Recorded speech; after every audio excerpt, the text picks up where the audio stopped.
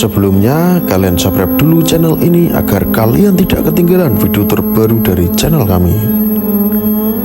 Sang Adipati sedang duduk di balai pertemuan. Di depan balai itu ada batu besar. Sang Adipati setelah melihat keponakannya segera melambaikan tangannya. Raden Rangga berhubung arahnya lurus dengan pamannya, tidak mau menghindari batu tadi. Batu ditubruk saja, meledak hancur berhamburan. Orang-orang di Pati kagum semuanya. Setelah lama tinggal di Pati, Raden Rangga pulang ke Mataram. Di tengah perjalanan melihat orang yang sedang bertapa, bersandar pada pohon asem, lalu dipegang terus disempal-sempal badannya sampai meninggal. Ia lalu melanjutkan perjalanannya sampai Mataram. Panembahan sudah tahu putranya datang, lalu dipanggil dan diperintahkan berguru kepada Juru Martani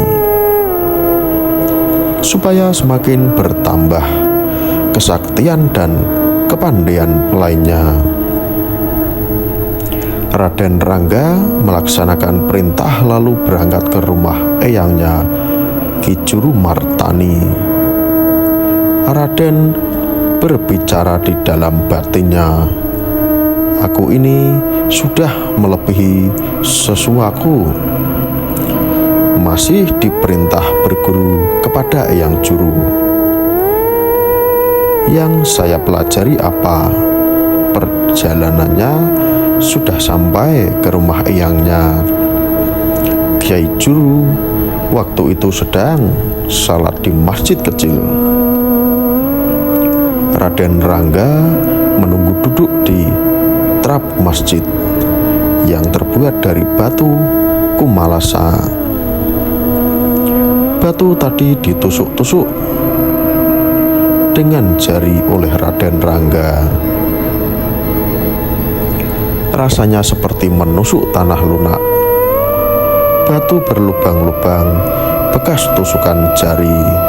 Kiai Juru selesai salat luhur, lalu keluar dari masjid.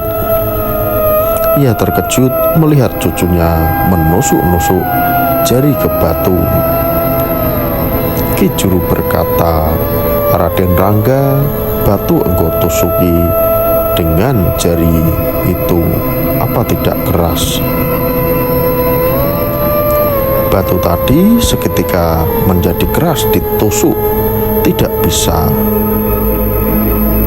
Raden Rangga berkata dalam batinnya, "Benar kata Rama Senopati, aku diperintah berguru kepada Eyang Juru Martani.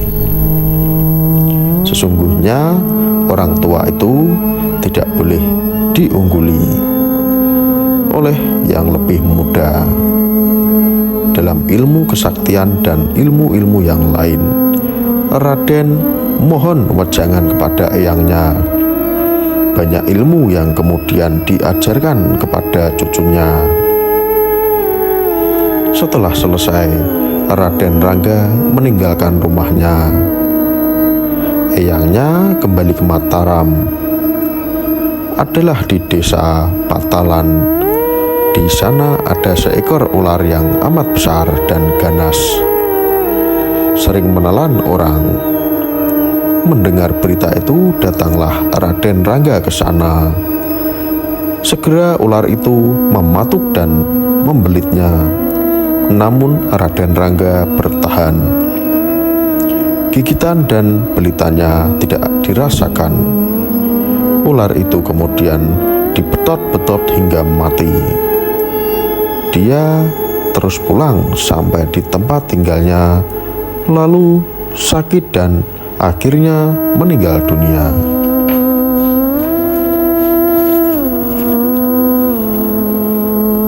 Panembahan Senopati selamat sejahtera hidup mulia di Mataram. Ia sudah berputra 9. Putra pertama Raden Rangga sudah tiada. Kedua Pangeran Puger. 3 Pangeran Purbaya.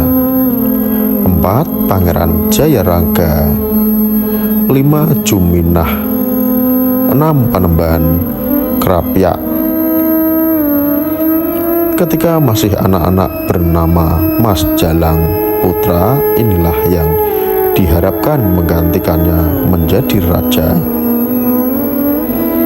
7 pangeran Pringgalaya, 8 putri diperistri Demang tanpa nangkil, dan 9 putri lagi menjadi istri Pangeran Tepasana. Sedang Kiai Juru Martani menjadi patih dengan gelar Dipati Mandraku.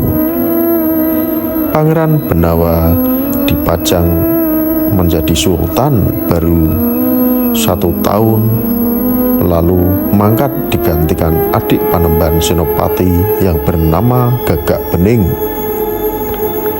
Rakyat Pajang taat semua. Pemerintahannya lestari. Tetapi istana lama tidak mau ditempati lagi dan digeser ke timur. Pagar kota juga diperluas. Di situ ada makam mukmin dari Arab yang juga dimasukkan ke dalam pagar. Diambil sawah atau berkatnya kota Pajang sekarang berbentuk persegi. Tidak lama kemudian Pangeran Gagak Bening meninggal dunia, dimakamkan di Mataram. Digantikan putranya bernama Pangeran Pajang. Waktu itu Panembahan Senopati utusan ke Giri menyampaikan surat untuk meyakinkan akan kebenaran Wijayata ramalan